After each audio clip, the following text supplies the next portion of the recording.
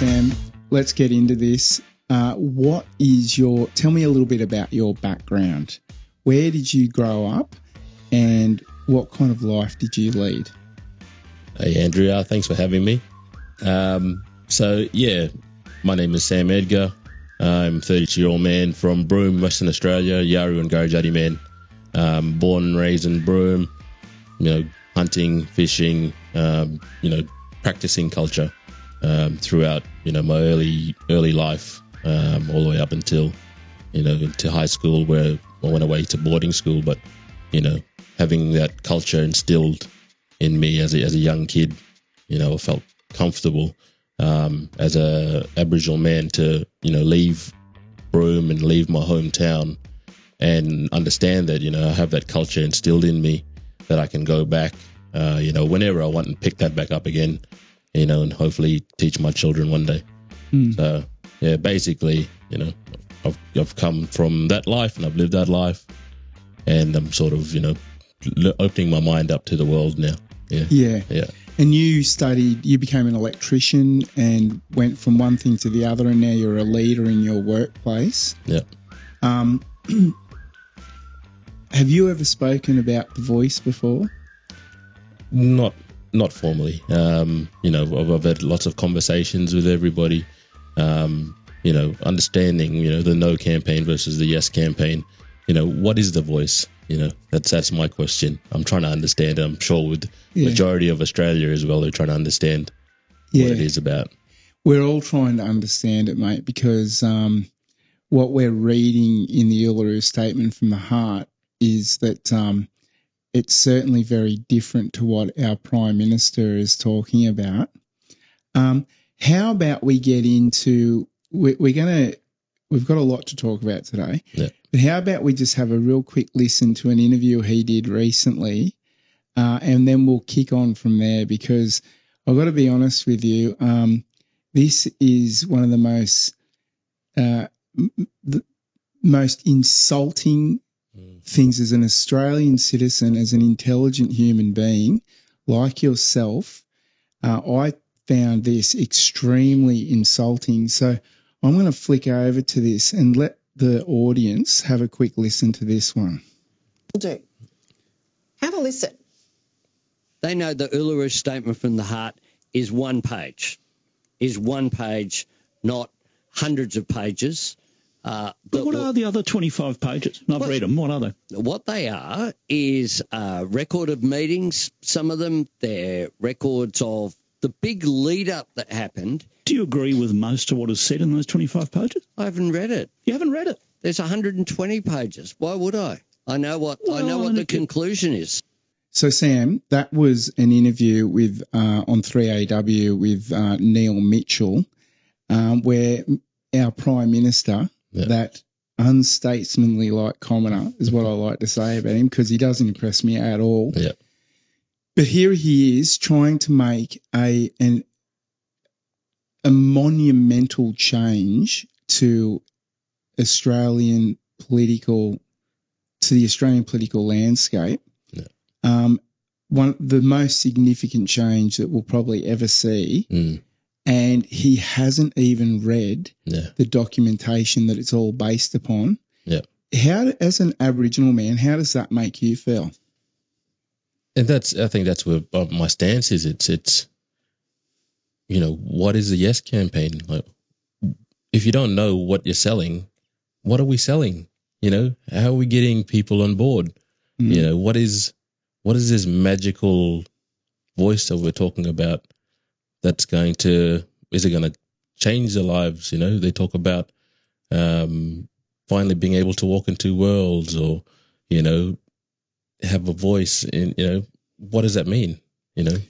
Mate, earlier before we started recording, we were talking about ATSIC and all the money that was spent.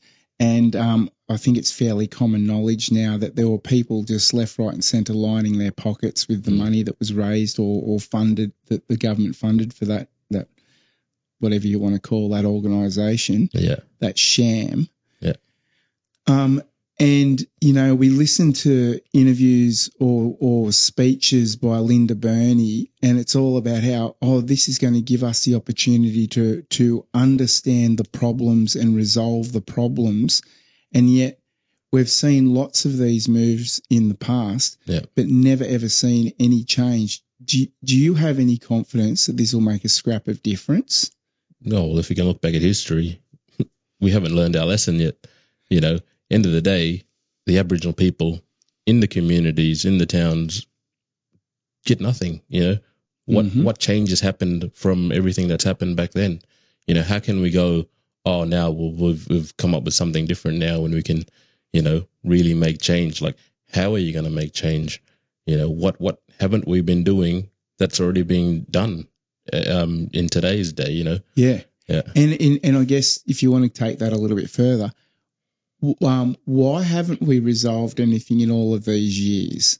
Why does it take something that occurred in, 2019 when the Uluru Statement of the Heart was drawn up? Why did it take that long to do something, and why now would it make any difference? I think I can take that back to what you say, like, why hasn't anything changed? My opinion is that there's a lot of that has changed. I look back into my lifetime. I'm 33 years old. I talk about. So if you look at the time frame, my grandparents grew up on a station. Out in the bush, however many 7 kids out there, and then my father and his younger brother moved to Broome, lived in a small shack. And then they grew up in a reserve in town, and then they later moved on to a house. And then my father, he got a education in a school, finished year 12, all of that. And then me, the next generation after, so 3 generations, we've come to, good education, investing in, in things, and, building my knowledge of the world and having a better understanding. Businesses. And, like, you can go and look at this, and look at it as a glass half empty and go, oh, fuck, we haven't gone anywhere. Mm-hmm. But if you really have a look at it, it's like, we've come so far. Yes, we're not at that stage where non-Indigenous people are, but from, where we come from, we're fucking progressing pretty good, like, in my opinion. Yeah. I'm not going to say that everybody my age is, sort of doing the things that I'm doing, because it has taken that fucking hard work. That dedication. Yeah. And this is what I'm saying about the voice is, like, how can you instill that mindset on people? Like, are you going to magically go, well, fucking, here's this voice here, you can do this and you can do that, and fucking, here's all this money, but I don't know how to spend it, so I'm just going to blow it on shit anyway, Like, yeah, it's not going to change a thing. Yeah. Gosh, you've just made me think of 1,000 questions. Okay, what do you think would be, what do you think the major problem is with Aboriginal society, if you put it that way? Because I'll say to you straight up, I think half of the problems are actually no different to half of the problems that white people have, because, if anyone thinks that Aboriginals are this or that, well, you could cite just as many, if not 100% more white people that are in the same state. Yeah. And this brings it to the real question that, we hear a lot about in this argument about dividing the country by race. Yeah. I actually believe that that's all that's going to happen. That's my great fear. I think that it's going to create far more division than resolving a thing. Yeah. And I think you're right there. I think, it's not the different, we're not going through different challenges that, non-Indigenous people aren't going through as well. I think it's because we've been, divided, I guess. We've been given this story of, poor us, poor black fella us, we've been this, we've been this, and we all keep looking back at the past, But we don't we don't reevaluate and look at where we are now and see how like well off we are. You know, like like I talk about again, like in my generation, my lifetime, I've seen the Yaru language come back from almost extinction. You know, and there's a you know, the Nyambaburu Yaru in Broome, where they, you know, it's the Yaru group as a company, and you know they're supporting Yaru people by, you know, helping them build houses. Like as a company, they're investing, you know, in bits and pieces, you know. And this is the mob that's helped you out a lot, because you're an emerging businessman. You work really hard on your business, which we can talk a bit about. Yeah.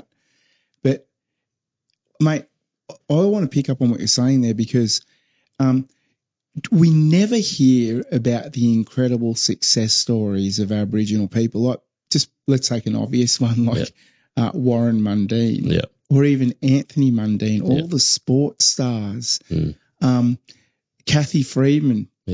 You know, when this whole voice thing's being played out in front of us in the media, it's all about doom and gloom. It's never about all the things that have gone really well.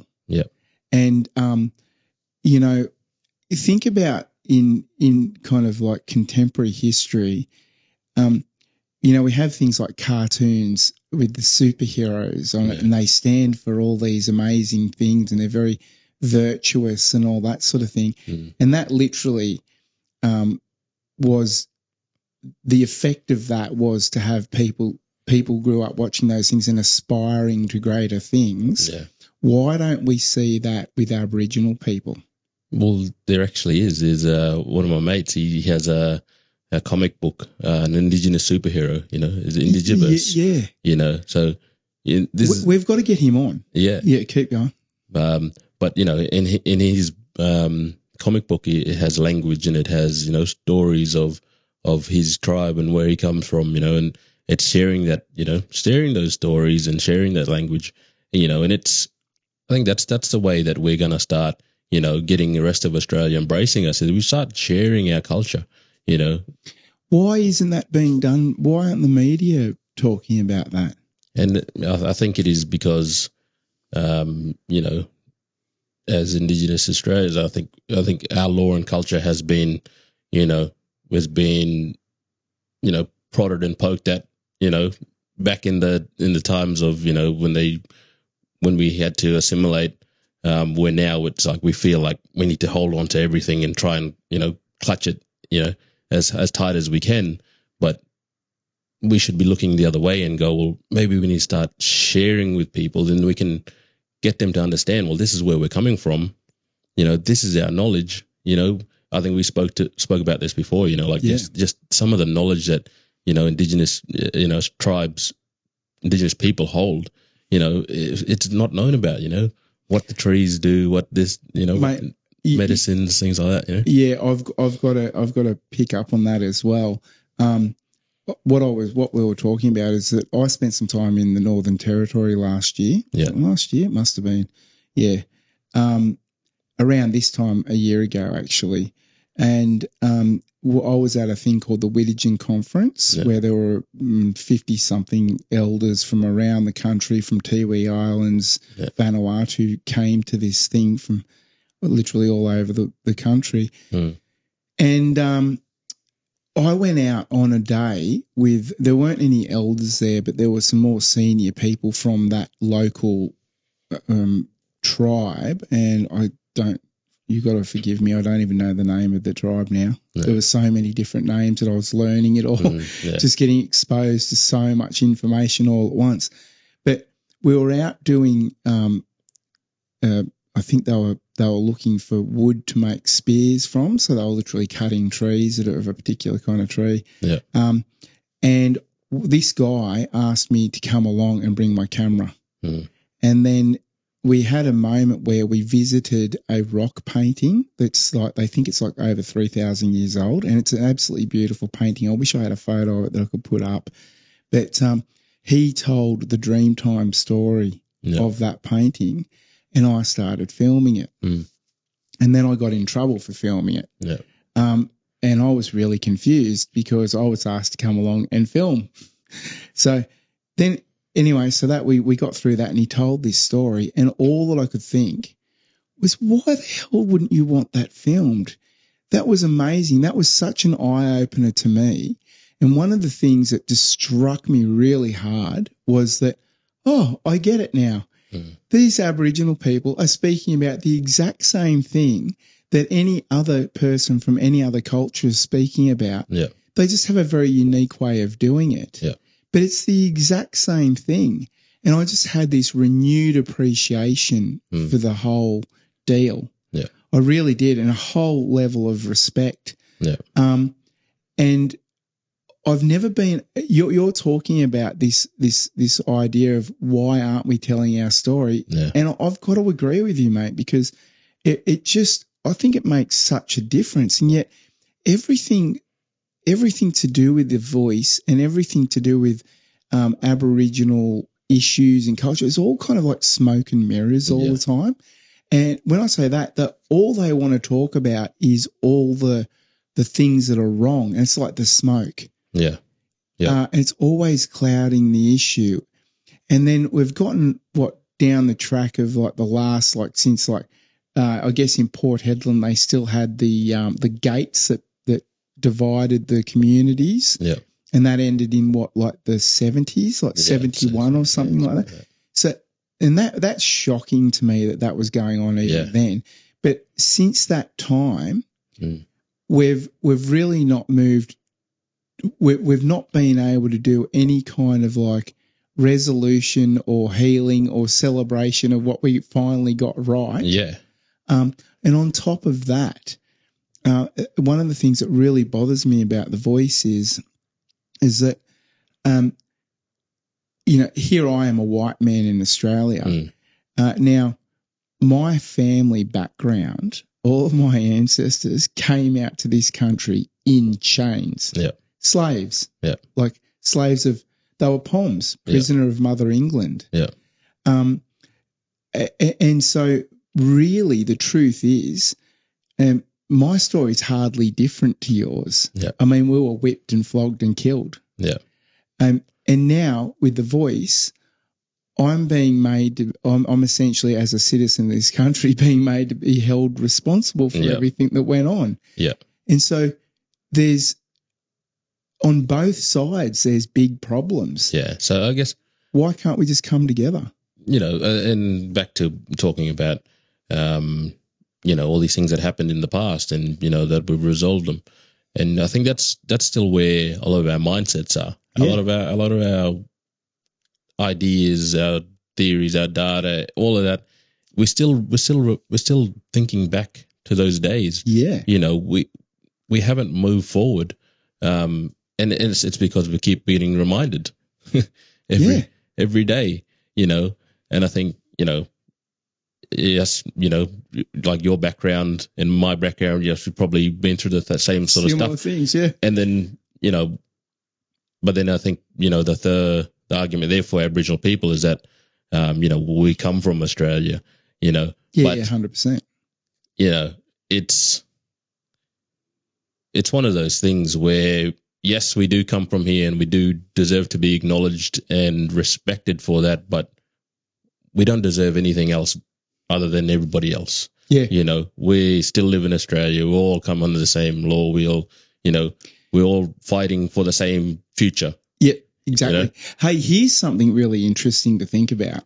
I don't necessarily believe this, okay? I've seen evidence. I've seen some really interesting archaeological evidence that suggests that people, humankind, actually had a lot of the origins were from here. Yeah. But we're constantly told that people came from Africa and migrated here. So if you want to prescribe to that mindset, the Aboriginal people here actually arrived from somewhere else as well. So, I mean, why, I'm sick to death of being held in the past for things that are realistically, they're relevant but not so relevant that we can't just all come together and all like respect and love each other. Yeah. Don't mean to sound all kumbaya. Yeah. But why can't we just start working together to make a greater country? Yeah. Why at this point in 2023 Yeah. do we have to suddenly create a massive division Mm. and then have all tax-paying people start paying retributions? And I think You know? I think the reason is there. Like look at me and you. We're sitting here. We're talking about you're not Indigenous. I'm Indigenous. We're here. We're talking about it. We're discussing. We're trying to find each other's.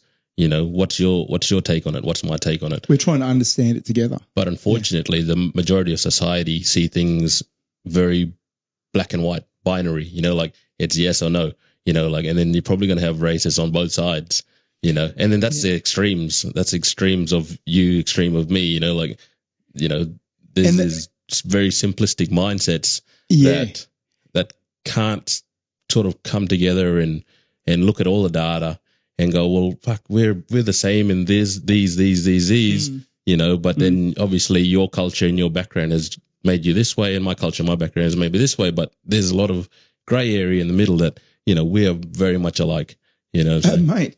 And the funny thing, I'm super interested in the Aboriginal cultures and really want to know a lot more about it. And it's not because I'm all like, I've got to do the right thing by these people. And it's actually very, very interesting. Yeah. I think it's very interesting.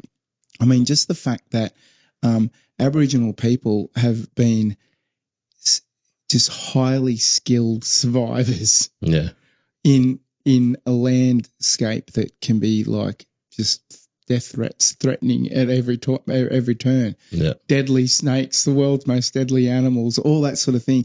And yet realistically, Aboriginal people prospered. Yeah. And there's so many, I could go on all day about that, not just that, but many other things that I think are just like really interesting and I want to know more about it. Yeah. But instead of coming together and really starting to appreciate it and really celebrating it, it's like, you nasty bad white people, you did this and you now have to pay for it, and we're going to now make a treaty with ourselves, like literally. Yeah.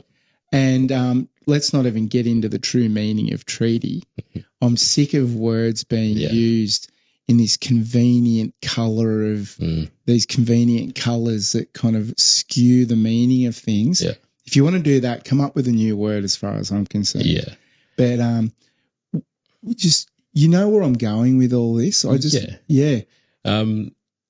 we act like adults and start talking about it properly? Yeah, exactly. Why does it have to be about someone who needs to pay? Yeah. And then I think that goes back to that mindset, we're constantly being fed that, we've been let down this many times, and, if you actually, I think one thing I've sort of learned recently, we used to talk about, the world as in the West versus the rest, or like developing countries versus non-developed countries.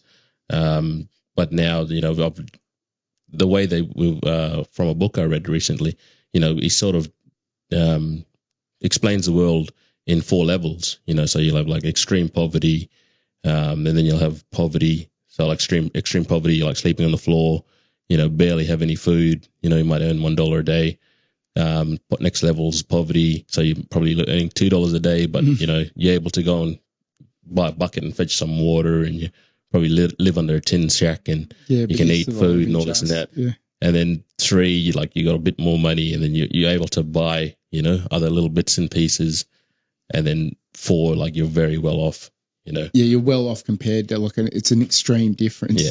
But 2 and 3s are, they're pretty, like that's just extreme examples, 2s are like, probably living on Centrelink or something. And then 3s are, you're a blue collar worker and you earn a pretty good pay and you can buy a car and you can do this and that. Yeah, have a fairly somewhat what we would think is a normal life. Yeah. So if you look back in the past, like when, so Indigenous people, we probably started first living in the Western society, we might have been living in extreme poverty, still living out in the bush, and then we get given rations, so like that's extreme poverty. So then we started moving up forward, and then we lived in a tin shack, and we had electricity and some water and this and that. But if you look at today's day and age, like I'm pretty like there's probably minimal people living in level 2, and then level 3, like majority of Aboriginal people would live in a house now, have running water, have electricity, have all of these things, but we're constantly being reminded of back when we had nothing, and then we get that mindset. We had nothing on the scale of a Western society. Yeah, on the scale. Yeah.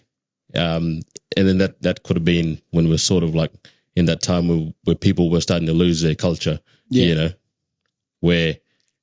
And now we're at a time where we're starting to learn our culture again. There's people coming out, and we're starting to talk about, our language and our culture, and we're bringing it back. And, I think it's never been a better time to be an Aboriginal person, like there's so much, opportunity. Yeah. And, people, we're starting to learn business. We're starting to learn all these, tools in the Western world to create our own path. Yeah. It's like, yes, we're behind, but we're not still back. With nothing. Some people are behind. There's a great deal of white people who are far behind as well.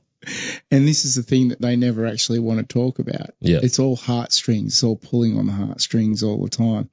And here's another thing to think about. I've actually said this to Aboriginal people before in a very cordial way, when we're having a frank discussion about things. Yeah. And if we want to sort of cast it in the light of, the, I guess, extreme propaganda that goes on in the in the media, which is what's going on right now. Yeah. If anyone's really to blame, let's all get a group together and go over to England and camp out the front of Westminster Palace and throw a great big protest there and hold them responsible, because that's the people who actually committed the genocides and all those sort of things. The majority of Australians that have been here for many, many generations, like in my family, literally came out on ships as slaves, as prisoners. Yeah. And yet, and we're having all these discussions about all these terrible things that went on, and yet it comes to Charles's coronation, and it's like everything that happens with the royal family, the English royal family, the ones who actually perpetrated all these crimes. Yeah. It's all a great big celebration and how wonderful it is, and all this positivity about them. Yeah. Yet they're vicious killers. Yeah. And it disgusts me. And so it's just another sort of angle to look at it from, that just we're constantly being manipulated by the media. Yeah. You know what frustrates me more than ever, and actually what makes me so pleased to be here with you today is what you just said a little while ago. Here we are, two people from different cultures, just having a really, really good discussion about things together. And there are quite a lot of Aboriginal people around that you can do this, have discussions like this with, because they're really serious about their own lives and they really want to just make a success of themselves. Yeah. And they're really pleased about the successes that they are having, and they're not living in the past.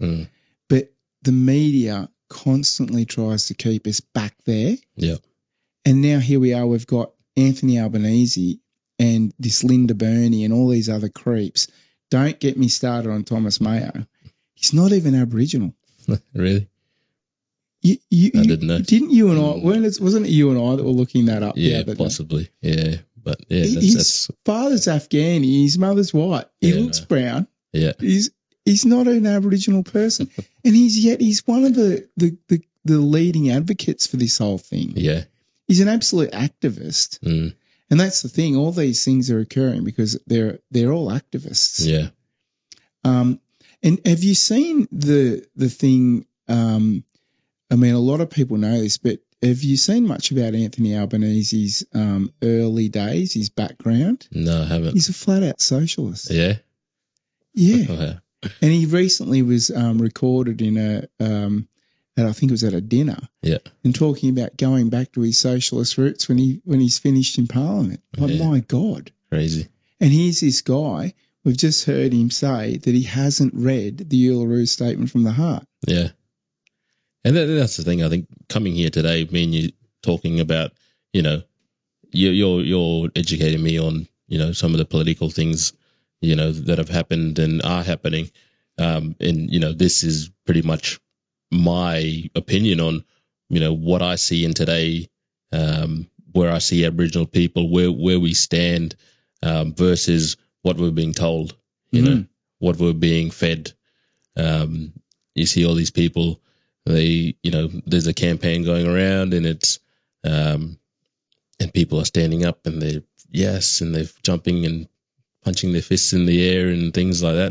But I was like, what is being sold? Like what message is being sold? Yeah. So let's talk about that. You've had discussions with people recently from out of your community where they're saying things like, yes, this is a great thing for us. Yeah. And you're asking them, why are you thinking that, is I think what you were saying to me. So, and what is it? Where are they getting that from?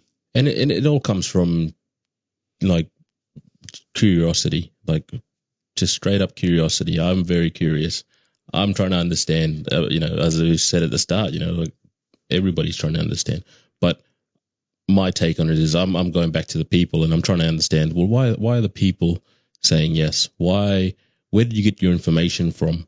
And I think the problem is that we are all following the leader, because we've been given this, from the Yes campaign that if you don't vote yes, you're supposedly a racist, but then all these big, companies, big organizations are getting on top of it, like Qantas, the AFL, like all of these big organizations are like, then that gets my mind wondering. I was like, fuck, what are we driving here? Like, when all these other big things, what are they, what do they get out of it? What's their buy-in? Yeah.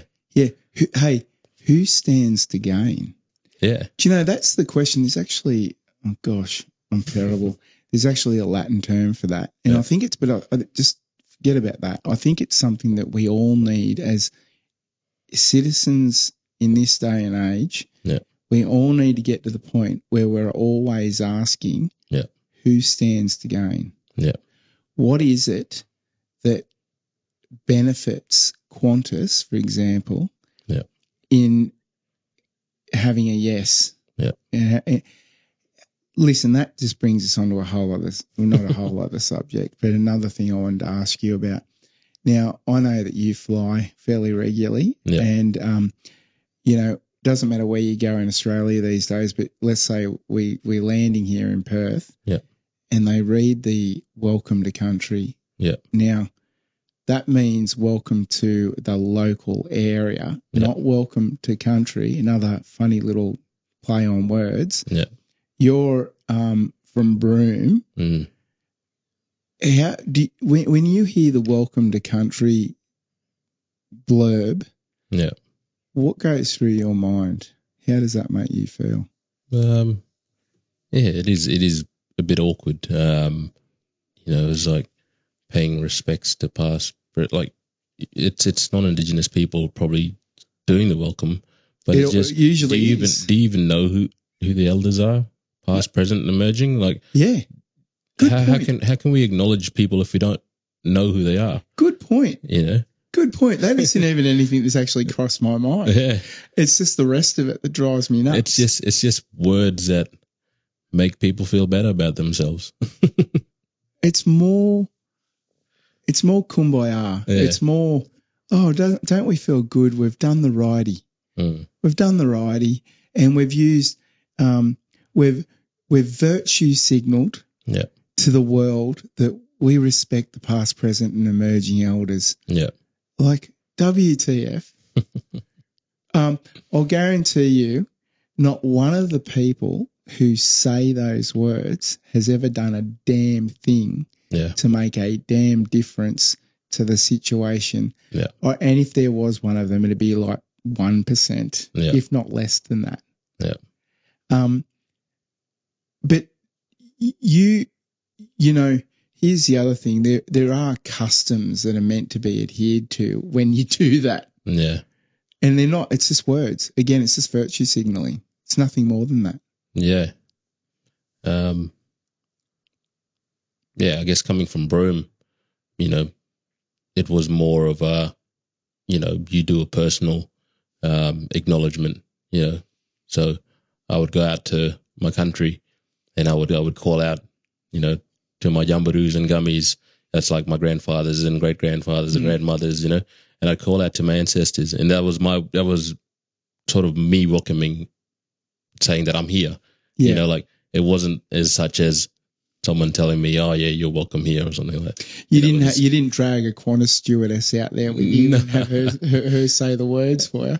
And it was more of a just respect and acknowledgement, you know, like of that place that you were, you know, and calling out to the old people, you know, that were there to look after me while I'm here, you know. And then I guess in a formal sense now it's like it's sort of taken that, you know, that actual personal feeling out of it. It's taken the substance away from it. It's just become a group of words put together. And then half the people on the plane probably doesn't even know what it means anyway. So it's just like, yeah, I know. What's the point? Yeah. Yeah. And who is it for, again, just to reinforce that, who is it for Qantas to play that role? Like, where do they get the balls to start implementing things like that? Like, who do they think they are? Yeah. And then I guess that comes back to this whole, if you're on board, well, then you're a non-racist, you know? Yeah. And then that just makes all the rest of Australia happy, you know, like, yeah, you know, so like, you know, everyone that's, I guess, you know, for the voice and all this, and it makes those people happy. And I don't know if that's a majority.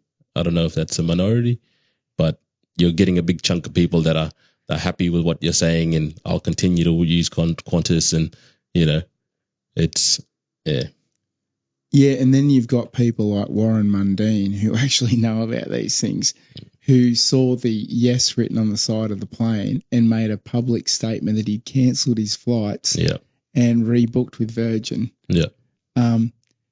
Mate, I reckon this thing has gone so far out of control that we're doomed if we don't start becoming informed. Yep. And that's the thing that worries me so much about this.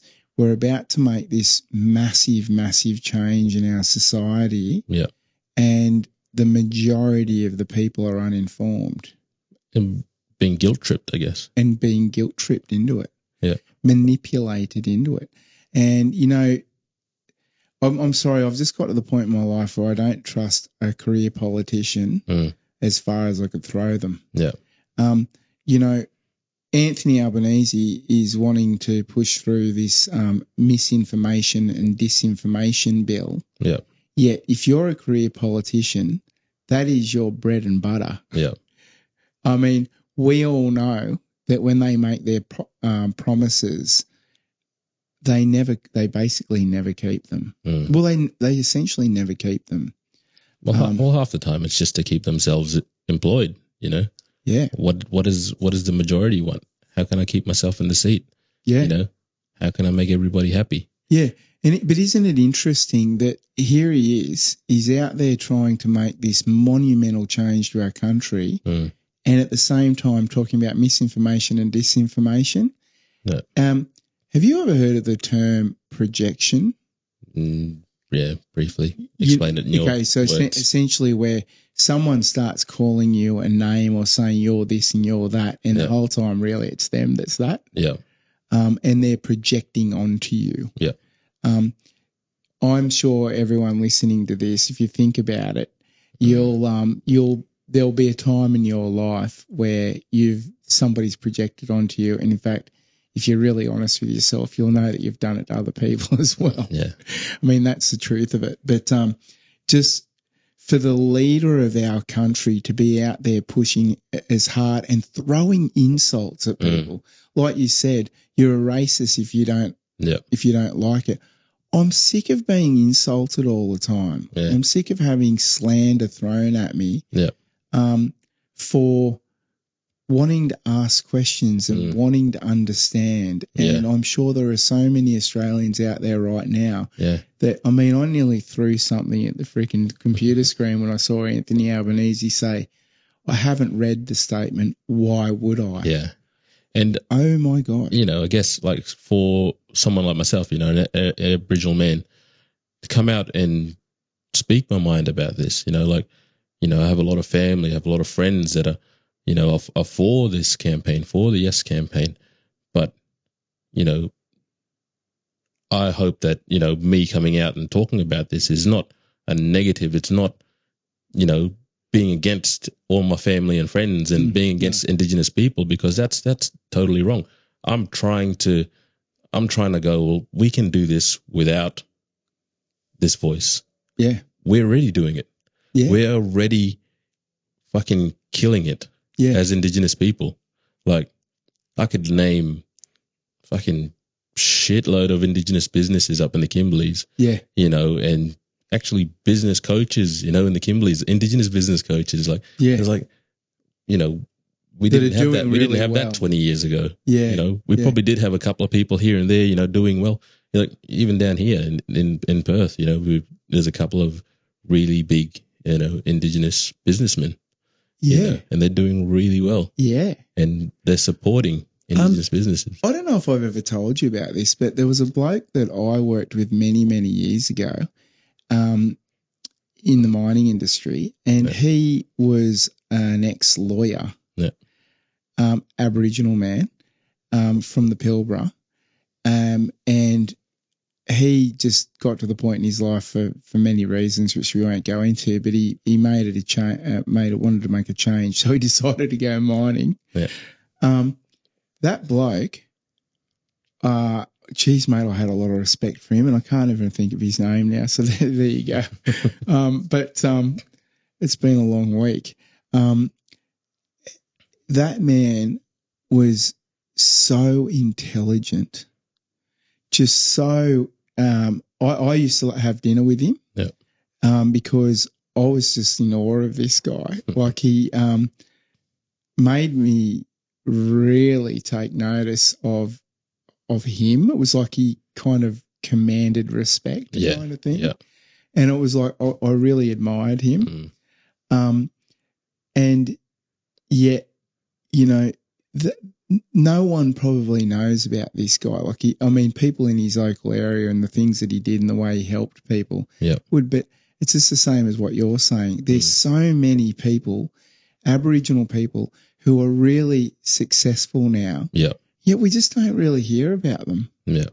And I think, you know, some of the problem is that, you know, as Aboriginal leaders, when we come to a point, we become leaders, we forget the hard slog that we've taken to get there. And then our mindset changes for some bloody reason.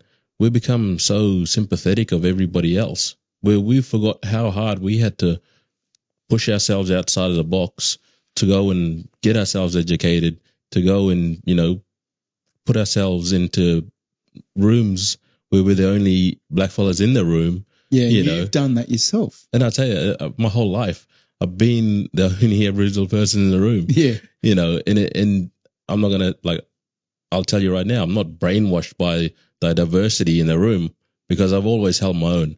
I always remember where I come from, and I'm there trying to learn, you know, where do you come from? What's your background like? Yeah. You know, one of my favorite pastimes is talking to people from different countries. Yeah. You know? Yeah, you said that to me ages ago. Yeah. Yeah. And it's just trying to understand the world. You know, we get caught up in, you know, what we think the world is through media, through, you know, people telling us stuff, and no one's done their own research, you know. Mate, and this is why it's so important for you to do what you're doing today, and it's why I do what I do purely and utterly, because I'm sick of the propaganda and the bullshit and the being told that you don't know because you're not an expert. You have to listen to the experts. And here are the experts. Now we're going to put them up on a pedestal, and you're going to take on board exactly what they say and do exactly what they say. And if you've got any questions, you're wrong. Yeah. I'm sick of that. I'm sick of being treated like a child. Yeah. And I think the funny thing about experts is that they're an expert in their field. They're the subject matter expert in their field. You know, you might go and ask them about a world issue, or what about this, what about that? They got no idea because they spent their whole life, you know, concentrating on this one problem, and there's one expert in this one thing. You can't, if say you're an expert in Indigenous people, you can't. It's so diverse that you can't say that the same problem for this person, the same problem for that person. That's right. And it's this voice. Like, how can we have one voice for hundreds of Aboriginal tribes in Australia? We're all different people. We come from the desert. We come from the sea. We come from, from the rivers, from the, it's totally different. Yep. And just to take that a little bit further, we have to respect and honour the opinion and the thoughts of everybody. Doesn't matter whether you're a garbage collector or a lawyer. If we're really serious about coming together and building a better nation and being a better people together, we have to respect everyone equally. I had this really interesting conversation many years ago. It was a very robust conversation. Let's put it that way. It was with a professor of politics, and it was a very unusual meeting, and I never expected it. It came out of the blue, and it turned into a 30-minute debate. And I'm very proud to say I believe I won it. He was travelling to Canberra to give a speech to government about the virtues of a global governance. I personally don't think that's a good idea for many reasons. We're not here to talk about that right now. But he literally told me that he was the expert in this and that I should basically shut up and take verbatim what he was telling me. And I said, I'm sorry, but just because you think you're an expert in this, and I'm sure you've done lots of research in it, it doesn't mean that my opinion is worth any less than yours. Because in the end, this world belongs to all of us, not just you, mate. No, exactly. And, and then again, you have learned experience versus lived experience, I guess, you might come from a different point of view as well. And that's, that's how you might have explained that same, subject with that person. So, mate, let's just move it along a little bit. Let's talk about the things that, just to sort of build on the positivity of the conversation. What are the sort of things that you're doing for other Aboriginal people? Because I know you do a fair bit in your own way. And I think that's really what really interests me. It's what we as individuals are doing for each other, because it's really the most important thing in life. And I don't want to sound like I'm somebody Mother Teresa, but I really do believe that it's what we can offer each other that's the most important. And it's really why I'm doing what I'm doing. And I literally know that most people out there, they're not really doing anything for other people. And it doesn't matter what it is that you do. It just matters that you do something, that you do put some time into giving back into society. And we're not talking about donating money of any sum. It's what you've done. Now, I know lots of people, well, I shouldn't say lots of people. I know people who go and work in the food kitchens, like in the food vans that deliver food to the homeless in Perth. And, there's people that do things like that. They're very few and far between, though. What are the sort of things that you do? I guess I'm only doing things that I've had done for me, So I'm trying to give back. It's things that you're really interested in, though, right? Yeah. Well, I've done like a business program. Taught me about business. I knew nothing about business. Yeah, and you're working hard to develop a business. Yeah, so I'm working on my own business at the moment, but then it's like, well, fuck, I didn't know this information. But majority of people, everyone else doesn't know this information. Yeah. So how can I do my part to, okay, well, this is where you're at. How can we get you to, build your business a bit more? How can you? So in other words, you're actively like helping other people out to get started too. I think I'm actively chucking myself in the deep end most of my life. Like I'm in the deep end right now. I don't know what the fuck I'm doing. Yeah, I know, but mate, let's just like give yourself a plug right here because you've got this business called Carly. Is that right? Yep. Tell us a little bit about that, because I can tell you right now, I'll be straight up with you, and I've said this to you so many times. Yeah. I'm extremely impressed with it. Yeah. So, what is it? It's Carly. So it's Kaarli. So Carly is a, indigenous business where we do, the Aboriginal artifacts. It's just one branch of it. Yep. So we do boomerangs, we do tapping sticks, and then the such like that. And we do the painted artwork as well. And then the other side of it, so we do like some of the digital art. So we do socks and ties, and probably get into scarves. And they're beautiful. But that's not the purpose of what Cully is. The purpose of Cully is to work with Indigenous artists, like to work with, the smaller names, the people that are probably not even at market stage yet, so they've done a couple of designs. They might have a couple of canvases or something, and they're trying to sell their stuff on Facebook or trying to sell their stuff on Instagram, but they haven't had a way to, or they haven't had a platform yet to put their stuff on. Yeah. Hey, you know what? Full disclosure to the audience. We've actually already done a recording together, but we decided to redo it. Yeah. And you didn't bring any of your products this time, did you? Nah. You know what I'll do? I'll take a clip and I'll just throw it up. So if people are wondering what they're looking at right now, and if you are listening to this as a podcast, Sam is showing some of his products, and I've always said to you, it's even just the packaging is superb, mate. Yeah. It's a beautiful product. So for anyone that's really interested in having a look at that, have a look in the description of the show, and there will be links to Sam's website. Yeah. So, mate, tell us a little bit more. Where do you want to take it? What are the sorts of things what's your vision for the future with this? So, it's a lot about what we've been talking about. It's sharing that Indigenous knowledge. We talk about boomerangs. So Cully is a boomerang. Cully is a hunting boomerang. And the whole stereotype of boomerangs is it comes back. It's like, no, this boomerang doesn't come back. This is a hunting boomerang. It goes straight, hits the targets. Yeah, a lot of people probably don't even know that. Yeah, right? And it's so crazy. It's not like it's unknown. There's hundreds of different types of cullies in Australia, but we talk about this one that comes back, all the time. Yeah. And this is another thing that you need to make a point of.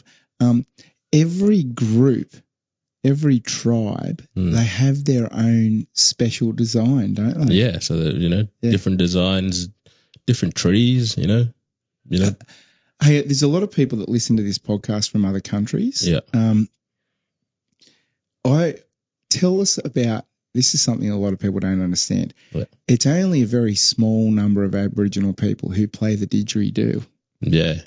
A lot of people think, all Aboriginals play the didgeridoo and they all have boomerangs that come back. It's just simply not true. Nah.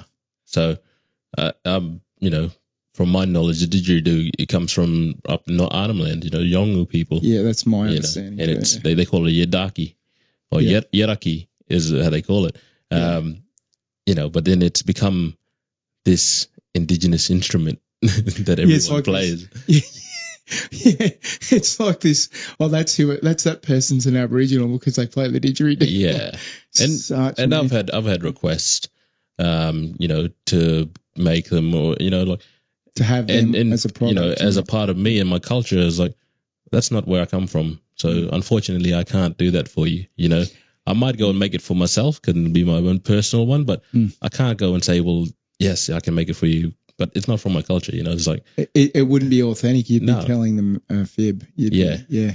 But weren't you saying that one of the things that you're really interested in doing with Carly is representing lots of different peoples? I think that's really interesting. Yeah. So potentially one day you might form ties with people from Arnhem Land, and Yeah. you might have that, Yeah. but that's part of the ongoing journey that you're on. Yeah, right? and that's the side of it where the Aboriginal artifacts, you know, that's showing, you know, the wide range of, you know, cullies throughout Australia. They probably call it something else different. You know, down here they call it a Kylie. Down, you know, up in the Pilbara they call it a gully. You know, it's similar, but it's different. You know, it's different words. But yeah, and it's that sharing the stories about, you know, this one instrument, because it's an instrument, it's a weapon, you know, it's a tool. You make fires with it, you throw it at animals, you fight with it, you play, you know, ceremonies with it. Yeah. You know, it's this one tool that you do everything with, but not many of Australia know about. Yeah. Wouldn't it be amazing to have, I mean, I know that it's been done before, but it'd be great to continue to do it, to like really bring that information to people. Yeah. And have video footage of things, and with all the products, have the full real story behind it. Yeah. And I think that'd be incredible, mate. And I know that you're thinking about those things, and I support it fully, mate. Yeah, for sure. Where do people find out more about you? So you've got the website, the Carly shop. What is it? What's the web address that we're going to put in the description? That's just cully.com.au is the shop. But that's just the ties and the socks at the moment, and there's some hats in there as well. But then, you know, with the artifacts, if you want any of that stuff, just send us a message on Facebook and Instagram. We'll chuck the links on there as well. Yep. But yeah, and we make everything, you know, by order. So, you know, when you order it, we'll get onto it. And, you know, sometimes it does take, you know, an extra couple of weeks. But that's of course, authentic. because it's got to, it's got to be authentic. And you're looking for other businesses to pick up your products as well, aren't you? Yeah, for sure. Yeah. You know, getting into shops and, you know, other businesses to promote it, I guess, as well. Yeah. You know, just collaboration, working with people. And people can send you an email through your website to do that. If there's shop owners that want to get your products, they can do that. Yeah. So there's a contact us section on the website. Get in contact with us. Yeah. You know, and even if they're international. Yeah, for sure. You know, I think that's spreading our story to the wider audience. You know, that'd be amazing, wouldn't to it? the world. Yeah. You know, that'd be amazing, mate.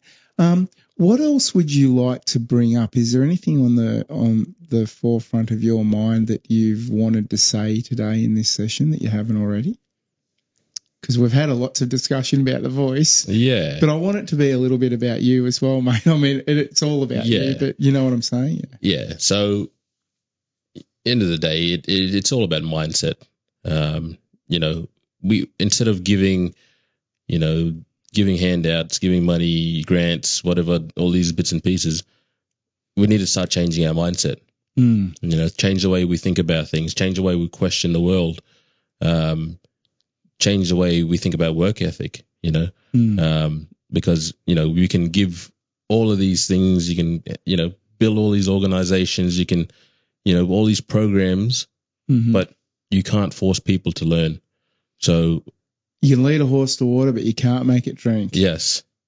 So, you know, it all starts in your mind, you know, because you are your thoughts, because you couldn't be anything else. You know, if you're thinking negative thoughts, you're going to be a negative person. You think positive thoughts, you're going to be positive. They talk about manifestation. You know, I sort of half believe in that, but then it takes the hard work as well. So, you know, you can look at what you think is going to happen. You can manifest it, but you still need to put the hard work in. Mate, I've heard a really funny way of putting that. Like, you know, if you're in a small boat and you're being washed up against cliffs, you know, you're facing certain destruction, pray to God, but row the hell out of it as well. Yeah.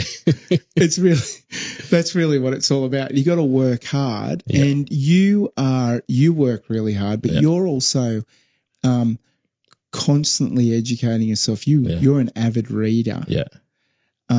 Tell me about the sorts of things that you like to read about, because mate, you put me to shame. You really do. I've got to read far more than I do. Yeah. How I find time to do everything that I need to do, I don't know. But what sort of stuff are you really interested in? So I like to read about other successful people, what they've done in their life, where they come from, how they grew up, what made them successful, and also other books were about mindset, about, habits, about, looking at facts and understanding facts, and looking at the right facts, Analyzing, yes. And then other books about, how your brain works, and you start to understand yourself, and you start to be able to control your mind and everything that goes on in it. And then you can start to see the world clearer, because you've controlled yourself to be able to go. Well, then you can analyze everything, and you can take in what you need to take in, and you can analyze the bullshit. You can see through the bullshit, and you go, well, what is this? Why is that? Why is that? And you start, questioning, why do we do this? Why do we do that? And then if you can explain, You're talking about the psychology of thought, thought, I guess, and looking at the way you do things and why you do things, and what made people really successful. That's what you're really into, isn't it? Yeah. And you got to understand, like, people have lived in this world a long time before us, and there's so much literature on the way that the world worked back then, right through history, and it's right there. In books, it tells us how the world works. It's just we got to take ourselves away from Facebook and Instagram and watching all these reels to fucking go and read a book and understand that life's happened already, Yeah, there's nothing new under all the sun. information's there. All the information is available for everybody. You just need to get interested. You just need to access it. You just need to want more to not pity yourself, but want to do better, want to do more, and actively work at it. Yeah, and one of the things I've found, in my life is I'm always constantly trying to teach. I'm always constantly trying to, you should do this, you should do this, you should do this. But what I've found is that, people will only change when they want to change. They'll only change when they experience that thing that you've told them, and they have that aha moment, and they go, oh, shit, that's what he was talking about, I talk about change, and change happens when you're forced to change because you've been backed up against the wall and you're nothing else to do but to change your life. And that's happened to me so many times that nothing bad has to happen to me anymore to be able to go and, oh, shit, I need to reanalyze everything and then change. So, like, I'll be going pretty steadily forward, and then I go, well, I'm not going there as good as I can be. So then I'll go back and I'll do a 360 on myself, and I'll go, what's going on here? What can I change? What can I tweak? Be better. Because you set to build the mental fortitude to build yourself up. And when you suffer a setback, you don't necessarily, it's not the end of the world. You're willing to go, all right, let's reassess this. Let's move forward. But it takes dedication to do that. And I think if I was going to give anyone advice on how to get there, I would put it as simply as saying, just put one foot in front of the other each and every day. If you can make one step forward, it doesn't matter whether you're climbing Everest or, walking down the street. You're going to get there in the end. You just need to you need to actively make that effort to do something great. And then this is what I talk about, the progress we've made. If you don't look back and look where we come from, you're always going to think that we're not making any progress. And you're always going to think that we're not well off. We've been taking those small steps. It's minuscule, it's small, but it's happening. You know, Yeah. we're moving. You know, And if you fall off the horse, get back on it and keep going. yeah. Yeah. So yeah, I guess that's sort of, you know, my advice, my you know, final thoughts. I guess, you know, it's all about mindset. You know, if you're able to see yourself clearly, then you can see the world clearly. Mate, beautiful. I'm really glad we had this conversation today, Sam. I'm internally very pleased with it. I think that we got it really right this time. We had a bit of a more difficult time the first time around, but mate, one more time, give everyone, plug yourself. What's your website? Do you want people to reach out? Do you want to hear from people? Yeah. Actually, before we do that, you've talked about having an interest in starting a podcast. Yeah. I would love people to reach out to you and let you know how much they would like to hear from you. Do you think that'd be a good idea? Would that encourage you? Because yeah, for sure. I'd love to see you do it, mate. I think you've got a real voice for it, and you're really smart, and you've got a lot to say. And I think that it would be great to have you alongside me doing your thing as well. Yeah. And, you know, I think it is, you know, there are a lot of people out there like me that are, you know, quietly, you know, chugging along. And we need that voice. We need, you know, and then that's the voice I'm talking about. It's the voice that we need. That's the real voice. To emphasize the positiveness that's happening out in the community. Yeah. You know, other Indigenous people that are killing it out in the fields, you know, like, you know. There's so many people that you could speak to. Yeah. Yeah. And it's, you know, it's how, what are we doing, you know, all alone over here? How can we put a spotlight on those people? How can we, you know, say, this is what you're doing. This is how we can contact you. This is how we can bring each other up together. You know? Yeah. Well, I've got to say to you, mate, that I'd really like to hear from your friend who does this cartoon. I've seen it. Show me the pictures. It's really interesting. It's beautifully produced. Yeah. Mate, everyone, if you really enjoyed this, please, whatever you do, and it's actually critical, please share this video. If you feel as strongly as I do about the voice and the criticality of that to our country right now, please support by jumping on Facebook, following it, watching the video, putting a like on it. That'll help push it through the algorithms. So that would be really appreciated. It just help get the word out in whichever way you can. I would love you to jump on to the Facebook page, the 8 News Show. We're on Facebook. Please follow that page. That'd be amazing. That'll really help me out. If you can see it in your heart to support the show by becoming a patron, I'd really appreciate that as well, even if it's just for $1 a month. That just helps me continue to produce these episodes. It's extremely expensive. If you saw the equipment that we're using here,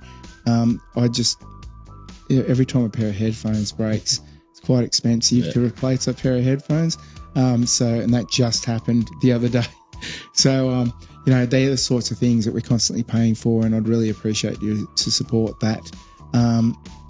Like, share, and subscribe, everyone. Thanks so much for joining us. And until the next time, bye. Sam, thank you so much. Thank you.